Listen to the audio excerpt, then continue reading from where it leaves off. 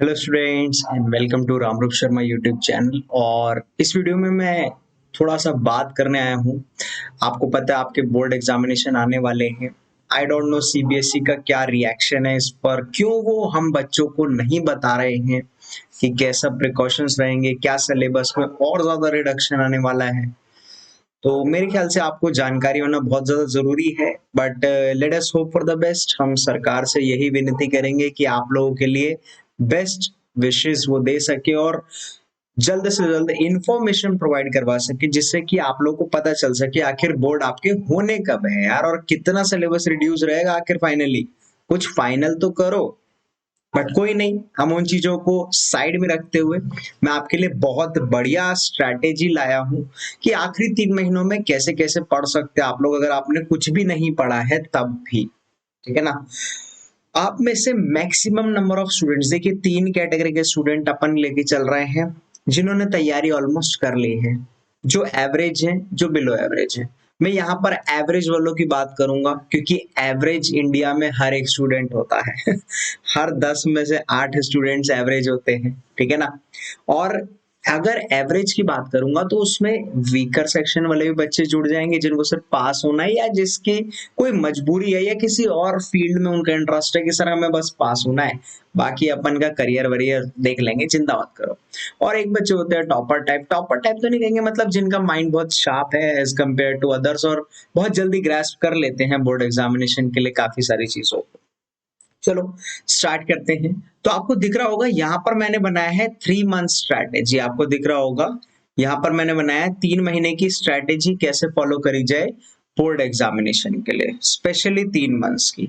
इन 3 months में मैंने सबसे पहले लिया दिसंबर, उसके बाद मैंने लिया जनवरी, उसके बाद मैंने लिया फरवरी। आपको दिख रहा होगा दिसंबर जनवरी फरवरी, मैंने इनका टुकड़ों में बांट दिया है।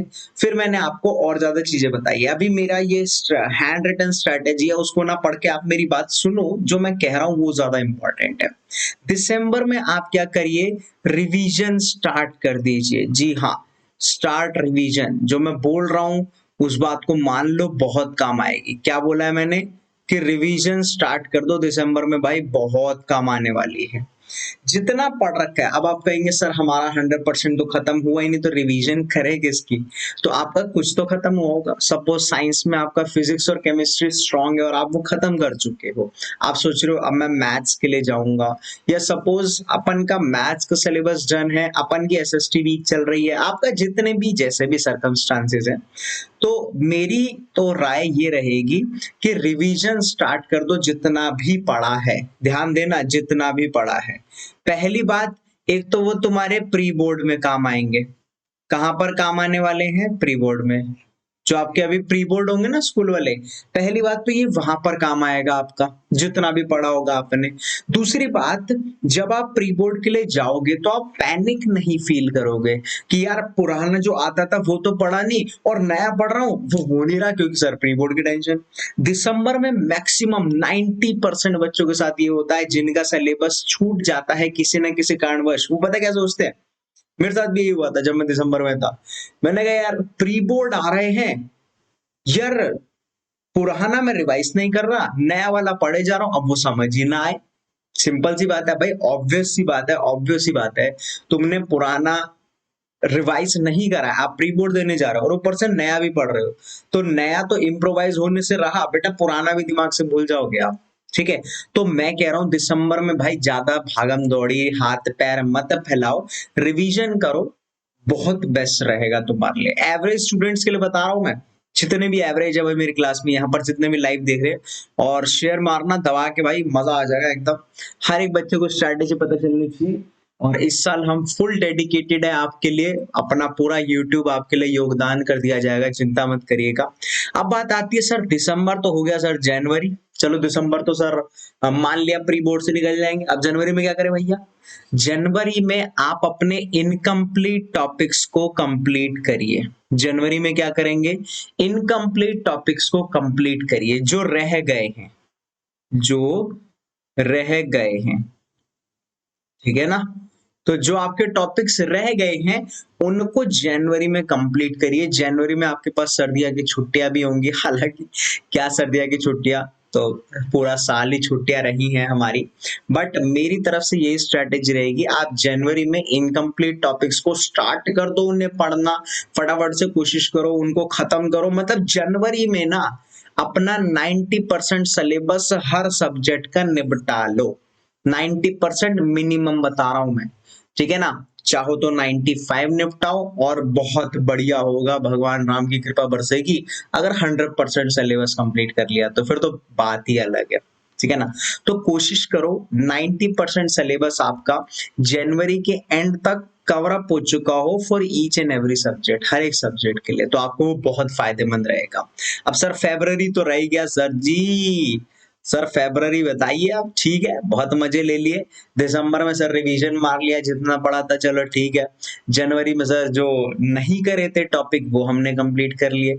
सर जी फरवरी पर आइए। ओ फरवरी में क्या करें सर? सर फरवरी में तो अपन पैनिक हो जाएंगे सर, अगले महीने बोर्ड होंगे, ऐसे की तैसे, कुछ आता ही नहीं। सब कुछ आता है सर, सब रिवाइज कर रखा है, पर फिर भी माइंड बोल रहा है नहीं आता नहीं आता नहीं आता। तो कॉन्फिडेंस बिल्डअप करने के लिए मैं तुम्हें एडवाइस दूंगा, फरवरी में जो है प्रीवियस ईयर पेपर को प्रैक्टिस करना भाई। पिछले कम से कम प्रीवियस ईयर्स पेपर और सैंपल पेपर है ना, सैंपल पेपर को प्रायोरिटी पहले ना देके प्रीवियस ईयर्स के पेपर देना, कम से कम पिछले 10 सालों के। जैसे कि आज 2020 है, 2019, 18, 17, 16, 15, 14, 13, 12, कम से कम 2012 तक के आपने सारे अपने सीबीएसई के बोर्ड एग्जामिनेशन 100% रिवाइज कर लेने चाहिए, 100% सॉल्व आपके होने चाहिए, है ना। और बेसिक एनसीईआरटी रपाटप एकदम क्लीन, एकदम साफ होनी चाहिए, बिना किसी टेंशन के। समझ आ रहा है आपको?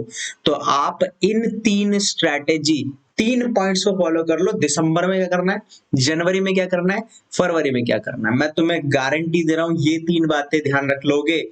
3 ही है ना हाँ, मैं 4 देख रहा था। ये 3 बातें आप ध्यान रख लोगे तो डेफिनेटली आपका बहुत बढ़िया स्कोर रहेगा, ये मेरी गारंटी है, गारंटी बेटा। पिछले 3 साल से यूट्यूब संभाल रहा हूँ, बहुत बढ़िया स्कोर गए हैं बच्चों के, ठीक है। अब सर सबसे मेन सवाल आता है, सर चलो बता दिया आपने फलाना ढिमकाना ये सब करना है, कर लेंगे सर। सर सबसे इंपॉर्टेंट बात, सेल्फ स्टडी कितने टाइम करें? अरे पढ़े कितना, सबसे बड़ी बात तो ये सर। करने को तो आप हमें 30 मार्क का नार डी शर्मा खत्म करवा दो, पर ये तो बताओ पढ़े कितना। तो सेल्फ स्टडी के लिए मैं एक दिन में आपको प्रेफरेंस दूंगा 4 से 5 घंटे, 4 से 5 घंटे। 24 घंटों में तुम 4 से 5 घंटे सेल्फ स्टडी के लिए डेडिकेट कर दो। और वो डेडिकेशन ऐसी होनी चाहिए कि 4 से 5 घंटे में जीरो डिस्टरबेंस, 100% फोकस और फुली कंसंट्रेशन के साथ पढ़ना है आपको, ठीक है ना। ऐसा नहीं कि 4 से 5 घंटे में बीच में भाई का तो फोन आ गया, भाई मोमोज खाने चल रहा है क्या स्कूल की मैडम की चुगली मार रहे हो, वो सब नहीं यार, है ना। कोशिश करो उन 4 से 5 घंटों को तो आप 100% डेडिकेट कर दो अपना, चाहे रिवीजन मार रहे हो, चाहे आप कोई नया टॉपिक कर रहे हो, चाहे आप कोई सैंपल पेपर कर रहे हो, चाहे प्रीवियस ईयर क्वेश्चन कर रहे हो, ठीक है ना। तो कोशिश करिए 4 से 5 घंटे, ठीक है। अगर आपको 95% ठोकने हैं तो भाई 4 से 5 घंटे मिनिमम तो पढ़ना पड़ेगा, ये मेरी बात है यार। मेरी बात मान लोगे तो बहुत बढ़िया हो जाएगा, नहीं मानोगे तो मर्जी तुम्हारी, मैं क्या बोलूं भाई मैं तो समझा सकता हूँ। अच्छा आखिरी 2 पॉइंट जो मैं आपको बहुत इंपॉर्टेंट तरीके से समझा देता हूँ। पहला है कि रिवीजन, सर रिवीजन, चलो ठीक है दिसंबर में आपने बोला रिवीजन करो, सर किससे स्टार्ट करें? दिक्कत भी तो ये है। अरे साइंस से करें, अरे भैया मैथ से करें, अरे एसएसटी करें, हिंदी करें, इंग्लिश करें, कंप्यूटर करें, करें क्या सर? अरे वो करो जो आपका सबसे स्ट्रॉन्गेस्ट सब्जेक्ट है। आप में से बहुत बच्चों का मैथमेटिक्स स्ट्रॉन्गेस्ट होगा, आप में से बहुत बच्चों के पास बेसिक मैथ्स होगा, कुछ के पास स्टैंडर्ड मैथ्स होगा। मैं उन चीजों में अभी नहीं घुस रहा हूँ, उनके लिए राम सर बताएंगे सारी जानकारी। दूसरी बात आपको मैं बता दूं, सर ठीक है चलो ठीक है स्ट्रॉन्ग सब्जेक्ट, कुछ बच्चों का साइंस होगा। अबे होता क्या है, जब सुबह सुबह तुम 1 से 1.5 घंटा अपने सबसे पसंदीदा सब्जेक्ट या सबसे स्ट्रॉन्ग सब्जेक्ट पढ़ लेते हो ना, तो एक कॉन्फिडेंस बिल्डअप होता है कि हाँ यार कुछ पढ़ा है मैंने आज, है ना। थोड़ा कंफर्टेबल की फील आती है, कुछ करा है आज सुबह सुबह मैंने। तो उसके बाद ना आपका मन करता है कि बाकी सब्जेक्ट की ओर भी छलांग मार के देखते हैं, जो मेरा वीक है। फिर तुम्हारे में ना मन में आता है यार, जब ये कर लिया तो एक बारी अपना एसएसटी भी उठा के देख लेते हैं। मैं अपना एग्जांपल ले रहा हूँ कि भैया मेरा साइंस तो हो गया, चलो एक बारी एसएसटी उठा के देख लेते हैं। जैसे जिनका एसएसटी स्ट्रांग है, चलो एक बारी मैथ्स उठा के देख लेते हैं, है ना। तो जो आपका वीक सब्जेक्ट है आप उसकी ओर थोड़ा सा फोकस करना स्टार्ट कर दोगे, ठीक है। तो मैं तुम्हें यही बोलूंगा, यही प्रेफरेंस मेरी रहेगी भाई लोग, यही प्रेफरेंस मेरी रहेगी कि आप जब भी रिवीजन करो तो अपने स्ट्रॉन्ग सब्जेक्ट के साथ करना। इस चीज का ध्यान रखना, है ना। इस चीज का ध्यान रखना कि इससे क्या होता है, कॉन्फिडेंस जो है आपका बूस्ट अप होता है, ठीक है ना। इससे आपका कॉन्फिडेंस बूस्ट अप होता है और बहुत मजा आता है, एकदम पॉजिटिविटी वाली फीलिंग आती है। तुम समझ पा रहे हो, आती है ना। समझ गए तुम, समझदार को इशारा काफी है बस, ठीक है।